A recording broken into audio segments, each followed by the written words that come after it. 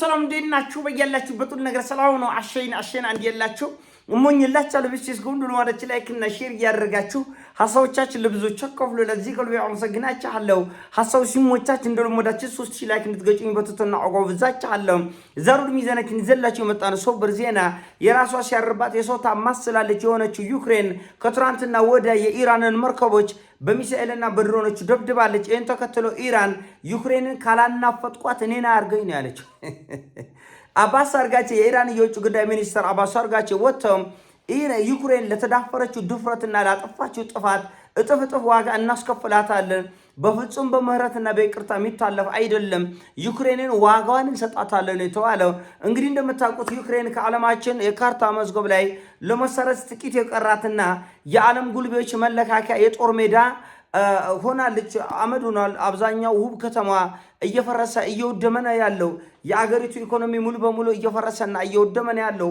ህዝቡ አገሪቱን ለቆ እየተሰደደ ነው ያለው ነገር ግን ደመነፍስ የሆኑ ሆድ አደር የሆኑ የዩክሬን መሪዎች ይሄ ከቁብ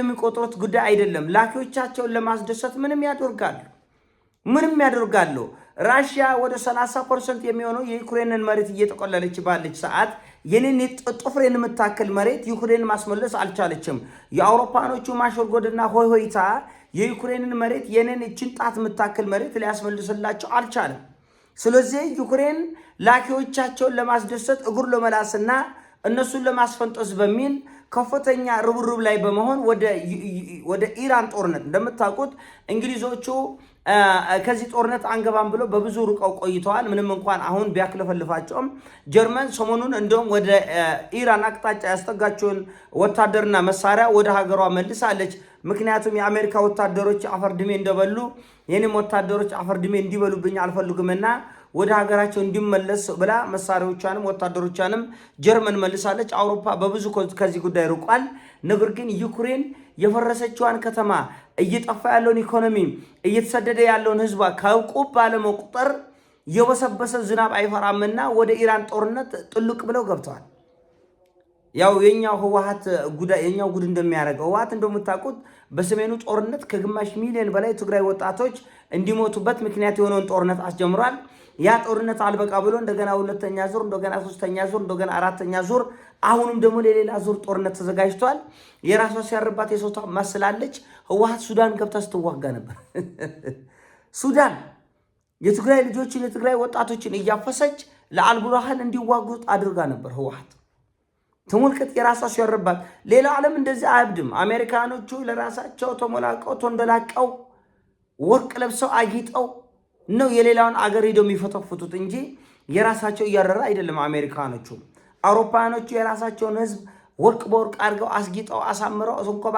እንኳን ሰው ውሻው ደልቶት ነው የሚኖረው አውሮፓ ውስጥ እንኳን ሰው ድመት ተንደላቆ ነው የሚኖረው አውሮፓኖችና አሜሪካኖቹ በ100 ቢሊዮን ዶላር ለውሻ ያወጣሉ በየአመቱ በ100 ቢሊዮን ዶላር የአፍሪካን አንድ ዶላር የሚያኖር ገንዘብ እነሱ ለውሻ ነው የሚያወጡት እና የራሳቸው ሲያርባቸው አይደለም የሰው የሚፈተፈቱት የራሳቸውን አጣፍጠው አሳምረው እየዋጡ ነው ሌላውን የሚያፋጁት አፍሪካ ኢትዮጵያ ሰላም ከሆነች ሱዳን ተጨንቀት አድራለች ሱዳን ሰላም ከሆነች ግብጽ ተጨንቀት አድራለች ግብጽ ሰላም ከሆነች የሆነ አገር ተጨንቃ ያድራል እርስ በርስ በመጠፋፋት ላይ በመውደም ላይ አረቦች እንኳን ከሞላ ጎደል አገራቸውን ምድራቸውን የምድር ገነት አድርገው በረሃውን የምድር ገነት አድርገው እንኳን ለራሳቸው ቀርቶ ለሌሎች የሚተርፍ የበረሃ ገነት ሰርተው ነበር ነገር ግን ያው አጎብዳጅነት ሄዶ የጥፋት ነው የሚያኮበድድ ሰው መጨረሻው መጥፋት ነው ዩክሬኖቹም ምንም ያልጎደለ አገራቸውን አውሮፓኖችን ለማስደሰት ሲያጎበድዱ አፈረሷል አልበቃ ብሎ ጦርነት ባለበት ቦታ ሁሉ የዩክሬን ኃይል ይገባል የዩክሬን ጦር ይገባል አሜሪካ እንደምታውቁት ሰሞኑን የኢንተርሰፕተር መከላከያ ሚሳኤሎችም ወደሙ ማጥቂያ መሳሪያዎችም በከፍተኛ ሁኔታ እየመነመኑ ነው ቆይስ ልረጋጋ ብላ አሜሪካ በተረጋጋችበት ወይም ደግሞ ቆም ብሎ ለማሰብ ፋታ በወሰደችበት ሰዓት ዩክሬን የወሰበሰ ዝናብ አይፈራም ወይም ደግሞ ትንሽ ያላት አስችላት ነው ዘለው ገብተዋል ኢራኖቹ ደግሞ ለዚህ ከወቂ በላይ ምላሽ ይሰጣሉ ይሄ ጦርነቱ አድማሱ እየሰፋ ሲመጣ ዋና ዋና ተጠቂ አገሮች አሉ ከኢራን ጀምሮ። ይህ ጦርነት እየከፋ ሲመጣ ዩክሬን በጣም ተጠቂ ነች።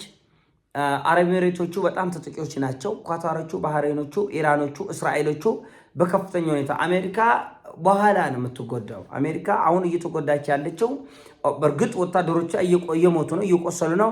ፔንታጎን ዛሬ ራሱ ማሻሻያ አድርጓል። ሰሞኑን ራሱ አሶሺየትድ ፕሬስ ይዞት በወጣው መረጃ 500 የአሜሪካ ከ500 በላይ ነው ያለው የአሜሪካ ወታደሮች ቆስለዋል የሚል ነበር። ዛሬ ፔንታጎን እውነት ነው ወደ 640 የሚሆኑ ቆስለውብኛል ብሏል። እና ቀስ እያለች አሜሪካ ቀስ እያለች ታምናለች። እሱ ብዙ አይጨቃጭቅም ብያለው። ዲሞክራሲያዊ አገር ነው። ብዙ ሰብአዊ መብቶችን የሚከታተሉ የህዝባቸውን መብትና ጥቅም የሚያስጠብቁ ትልልቅ ተቋሞች ያሉበት አገር ስለሆነ የአሜሪካ ፖለቲከኞች ወታደሮቻቸውን ገለው በድብቅ መቅበር አይችሉም። ያን አያደርጉም። ይቅርታ ተመልካቾች፣ ያን ማድረግ አይችሉም አሜሪካኖች። ስለዚህ መረጃው የሚደበቅ አይደለም፣ ነገ ከነገ ወዲያ የሚወጣ ነው። የሆነ ሆኖ ዩክሬን እየፈረሰች እየጠፋች ባለበት ሁኔታ ከኢራን ጋር ሌላ ጦርነት መምዘዝ ነበረባት ወይ?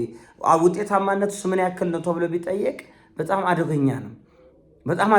ልክ እኔ የዩክሬን ድርጊቶችና የዩክሬን ባለስልጣናት ድርጊቶችና የህወሓት አመራሮች አንድ ነው የሚመስሉኝ። ብዙ ነገራቸው የመመሳሰል ባህል ያለው እንደምታውቁት እንግዲህ ህወሓት ከተቻለ በኤርትራ በኩልም የጦርነት ለማማዘዝ እና እልቂት ለመፍጠር ይሞክራል። ከተቻለ ግብጾችም ወደዚህ ጦርነት እንዲገቡ ይሞክራል። ከተቻለ ሱዳኖችም በዚህ ጦርነት እንዲገቡ ይሞክራል። የዚህ ሁሉ የጦርነት እና የእልቂት ማዕከል እንድትሆን የተፈለገው ማን ነው? ትግራይ ነው። ደሞ ነፍሶች ናቸው።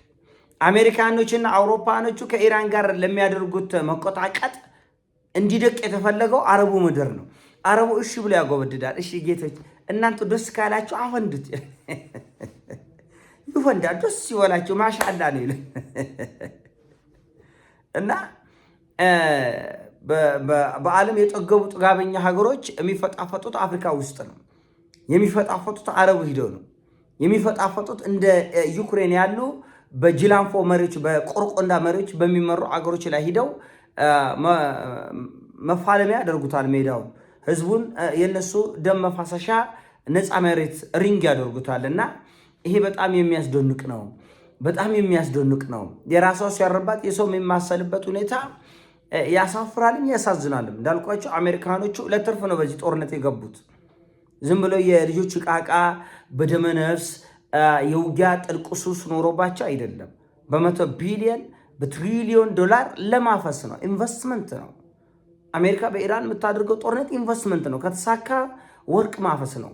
ከወርቅም ወርቅ ሀብት የሚታፈስበት ዘላቂ የሆነ ለአሜሪካ 7 ትውልድ ጥቅም የሚገኝበት ነው። ሌላው ምን ቤት ነው? የራሱ እያረረ የሰው የሚያማስለው ሌላው ምን ቤት ነው የሚለው ነው አሁን ትልቁ ጥያቄ። ሌላው ምን ቤት ነው? ዩክሬን ምን ቤት ነች? ኤሚሬቶቹ ምን ቤት ናቸው? ኳታሮቹ ምን ቤት ናቸው? እዛች አፍንጫቸው የኢራን አፍንጫ ስር ቁጭ ብለው 5000-6000 ኪሎ ሜትር ላይ ላሉ ተዋጊዎች ለአውሮፓኖቹ ለአሜሪካኖቹ የሚዋጉበት ምክንያት ምንድን ነው? መልስ የለም። እና በተለይ ዩክሬን በዚህ ጭንቅ ሰዓት ራሽያ የጦር መሳሪያ መሞከሪያን ያደረገቻት ልምድ መውሰጃን ያደረገቻት ዩክሬንን። ሰማዩ ምድሩም እየተቃጠለ ነው። ዩክሬን የራሽያ ሉዓላዊ መሬት ነበር 4 ነጥብ። ከዛ በታሪክ አጋጣሚ ተገነጠለች። የተገነጠለችው ምድር ግን ራሽያን ለማጥፋት ከሚሯሯጡ ኃይሎች ጋር እጅና ጓንቱና በመስራቷ ምክንያት በራሴ ግዛት በራሴ ምድር የነበረችው ዩክሬን እኔ ራሷ ራሽያን እንድታጠፋ አልፈቅድም፣ ስለዚህ የራሴን ግዛት የራሴን ንብረት እቆጣጠራለሁ አለች። ስለዚህ ለመቆጣጠር ደግሞ አይቀጡ ቅጣት ልትመቀጣት ወይም ደግሞ አስተማሪ የሆነ ቅጣት መቀጣት ነበረበትና ዩክሬን በጣም አስከፊ በሆነ ሁኔታ እየተቆጣች ነው ያለችው። አውሮፓኖቹ አሁንም ዩክሬን አመዷ እስኪቀር ድረስ ስም አጠራሯ ከምድር ላይ እስኪጠፋና እስክትረሳ ድረስ የቁማራቸው ማዕከል ያደርጋሉ። ምንም ችግር የለም። የተቻለውን ያህል ይዋጋሉ። ዩክሬን ከጠፋች በኋላ ጉዳዩን በድርድር እንፍታው፣ እኛ ይሄ ጉዳይ አይመለከተንም ይላሉ። ወይም ደግሞ መሪዎቻቸውን ይቀይራሉ። ቀላል ነው። ጦርነት ሲደግስ የነበረው የእንግሊዝ ጠቅላይ ሚኒስተር ታነሳና ሌላ ለዘብተኛ ሰው ይሾማል። ያን ታስራለ። ጥፋቱ እኮ የከሌ ነው ብለህ በአንድ ሰው ላይ ታሳብባለህ። አንተ ነፃ ትወጣለህ። እና አውሮፓኖቹ የሚችሉትን ያህል ይዋጋሉ። መጨረሻና አደገኛ ጫፍ ላይ ሲደርስ ግን የራሳቸው መታጠፊያ መንገድ ይኖራቸዋል። ልክ አሜሪካኖች እንደሚያደርጉት ድንገት ጥፍ ይላሉ። ዩክሬን ግን ለምድር መዘባበቻና መሳለቂያ የምትሆን ይመስለኛል። ይህን አሶም ነው። ሲመቻች ላይ አድርጎ ሼር አድርጎ ወዳች አለው ፒስ